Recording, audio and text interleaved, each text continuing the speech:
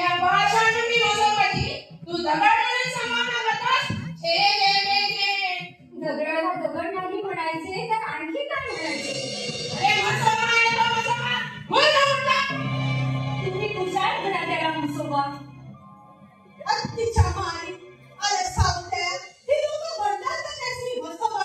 तर म्हणजे म्हसोबा. तुझं काय त्याचं? नाही पाटीलबुवा, लोक म्हणतात म्हणून मी का म्हणाले हे त्यांचे अज्ञान आहे. पाटीलबुवा, यांना सांगा दगडा देव पाहण्यापेक्षा या माणसात देव बघा, या झाडा पेडात फळा फुला देव बघा. आज त्या दगडाच्या रक्षणासाठी मला जाब विचारायला आला. तसंच या निसर्गातील प्रत्येक घटकाचं रक्षण करायला जगा मी तुमची साथ देईन. पाटीलबुवा, याचं इथं एक प्रवचन सुरू झालं. अशीच प्रवचने करतो आणि या गावच्या गोळ्यांना माणसाला नादी लावता. नादी लावणारा मी कोण? मी एक साधा माणूस. लोकांना माझे म्हणणे पडते.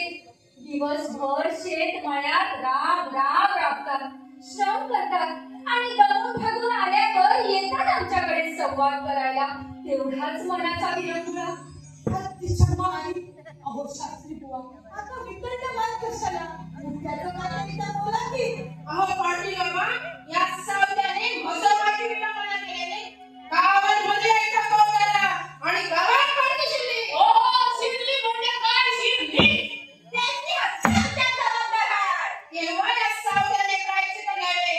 तसा गावासमोर एक गाव माहिती आहे. पोरगी ओ दिगटीची उजवा पाचवा दिला मोरी आईचे मी हेच म्हणणार. वाय वाय, याला प्रायश्चित्त दिलंच पाहिजे. म्हसोबाला दुखावला मी. मग मरी आईचा कोप गावावर का म्हणून? तो घरचा नसेल तर माझ्यावर व्हावा. मरी आई असा तिचा भाव कसा करेल? अरे नास्तिका, पुन्हा प्रबंधन. अरे प्रायश्चित्त घ्या आणि गप्पास. मारी ऐकलो मी गावावर आणि पैकीची गावात. हेच करावं लागेल तुला. मोरी आईला शांत केलीच पाहिजे. तिला नेलेल्या काढायलाच पाहिजे. बाय बाय, नवी बाय मंगळाचा.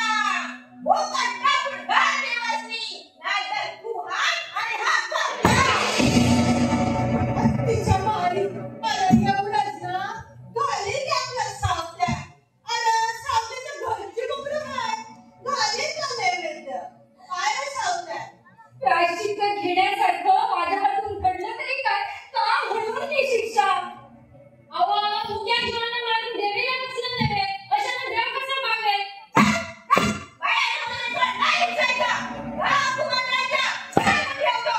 इतकंच नव्हे पाटीलबुवा, गावच्या ब्राह्मणांनाही भोजन द्यावे लागेल.